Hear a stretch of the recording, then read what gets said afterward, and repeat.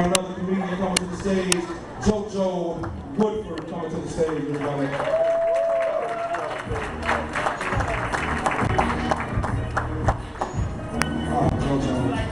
JoJo. This is a Christian show, JoJo. What did you JoJo?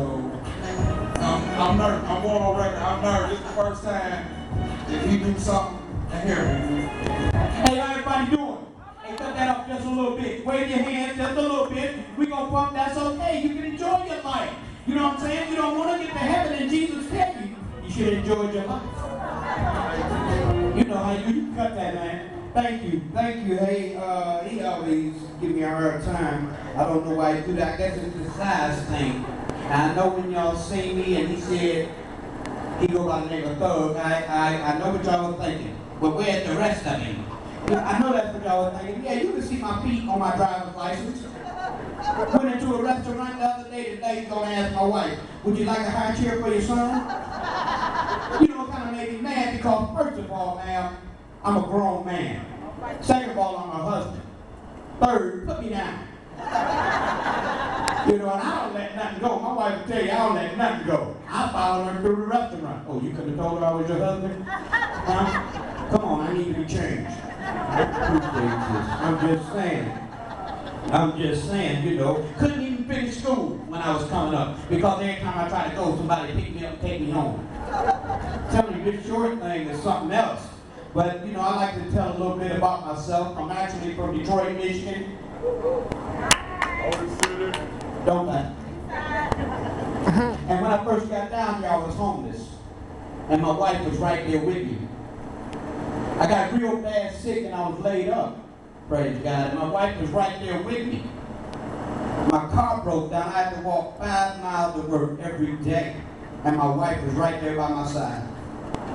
I'm starting to thank my wife. Now, and that joke one time, and Grandmama stood up and said, that's not nice, young man. Scared me to death. Now, I'm not talking about the 12 or 13-year-old Grandmama. I'm talking Grandmama. The Grandmama walking through the house with her wig tied like this, with the old raggedy house coat on, one knee high up, one knee high down. I'm talking about Grandmama that'll wake you up at 4 a.m. for Sunday school that don't start till 9. Ladies, I'm talking about Grandmama that'll put a prayer on you and make all your hair fall out. And then make you some grease and grow it back. Fellas, I'm talking about Grandmama that say, boy, you better get them underwear out them dirty clothes. They got another clean side. That's the Grandmama I'm talking about. Remember her? Nowadays, great Grandmama 35. I'm just saying. I remember, you know, I've been saved for a while, but I wasn't always saved. I remember being in the club, and my wife come up to me talking about a guy at the bar slapped her. I'm a little guy. I looked and seen how tall he was, and I slapped her again. Stay over here. Quit being so fast. I'm telling you, I just don't know. And I used to, I can't believe y'all laughed at that. When I get home, I ain't gonna get no peace or quiet. But I'm just saying, you know, the short thing is really quick. I wanted to sit down, but I can't even reach that. You know, these tall guys enjoy it. I fall off of here and kill myself. Little as I am. My father's 6'2". My mother's 3'4". You can barely see her. Young guy gonna run up to me the other day and ask me, mister, did they have Pampers when you was coming up? It kind of made me mad because I'm wearing a pair right now. I'm just saying. But been married, just celebrated 10 years of marriage. And I'm kind of proud of that. But it wasn't always good. You know, because my wife makes me mad when she asks me to do stuff I don't want to do. Like, look at me. Hold my hand. Cuddle with me. You know, I don't be wanting to do that stuff. From Detroit, like I said, growing up in Detroit was rough. I've been shot at, stabbed, beat up, robbed. I tell you, them little girls can be rough. But they all speak to me and my wife now when we out in Detroit, smelling good, looking good, pop your collar.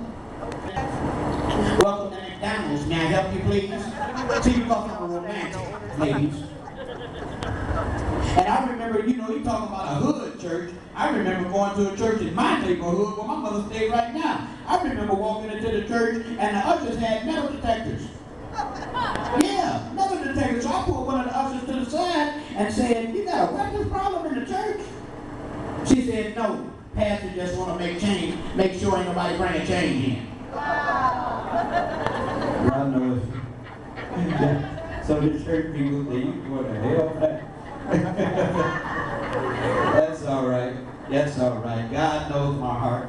God have a sense. I tell my wife all the time, when God made me, he broke the mold. She gonna tell me that's because it was too little for anybody else.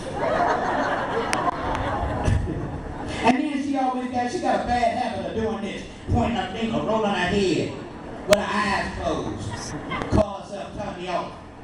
I remember she did that so long one time she fell asleep. I had to wake her up to finish the argument. And I remember what our troops did. See, we just celebrated our troops. And I remember what our troops did when they went over there and got Bin Laden. You remember that? And I read somewhere that when they went over there, he used his wife as a human shield. Yeah, I read that. Now, the first thing that came to my mind was that couldn't have been my wife. Cause couldn't have been no sister in here. Cause soon they'd have kicked in the door, you would have said, "Come on in, boys. There you go. You boys hungry?" Would have lied your way out of it. You know what you would have did. That's just what the sisters would have did. You know that was something else. And this something else. See, bunch of this is my life. This ain't, you know, this is the testimonial part of the service, isn't it? I'm just saying, you know. And ladies, give yourselves a hand with your beautiful selves. I love you. I really do. I mean, you're beautiful. And you know, and what I'm so admired by you, because you can do things men can't do. Like when you greet each other at church, you hug each other, you kiss each other, you even go to the restroom together. You compliment each other on your bodies. See, us men can't do that.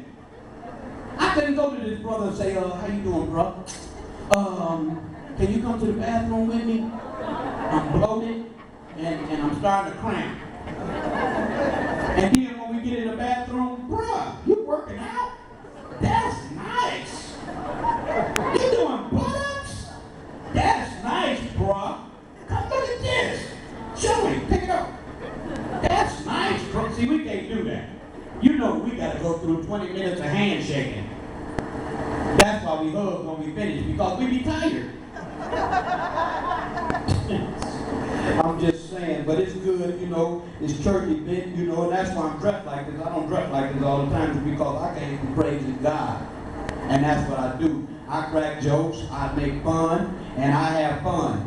I talk about my wife, but I'm telling you, I can't imagine doing this thing without her, because that is my real. I mean, you know, she cooks for me, she cleans for me, and everything. I mean, and I'm proud to have her. And these kids, you know, and I see these beautiful little girls. You know, these kids gotta quit running up to me, because I'm not one of them. They think I'm one of them. Pulling me all through the playground, and you know, I'm a grown man. I'm just saying, this short thing. Went to Kings Island the other day, couldn't get on nothing. Grown man in teacups. Just saying, this short thing is something else. People picking me up and all that. Hi, look at the little guy. You know, I'm tired of that. But hey, thank y'all for listening to me. My name is JoJo Thug Woodford. True holiness under God. Peace. I love you.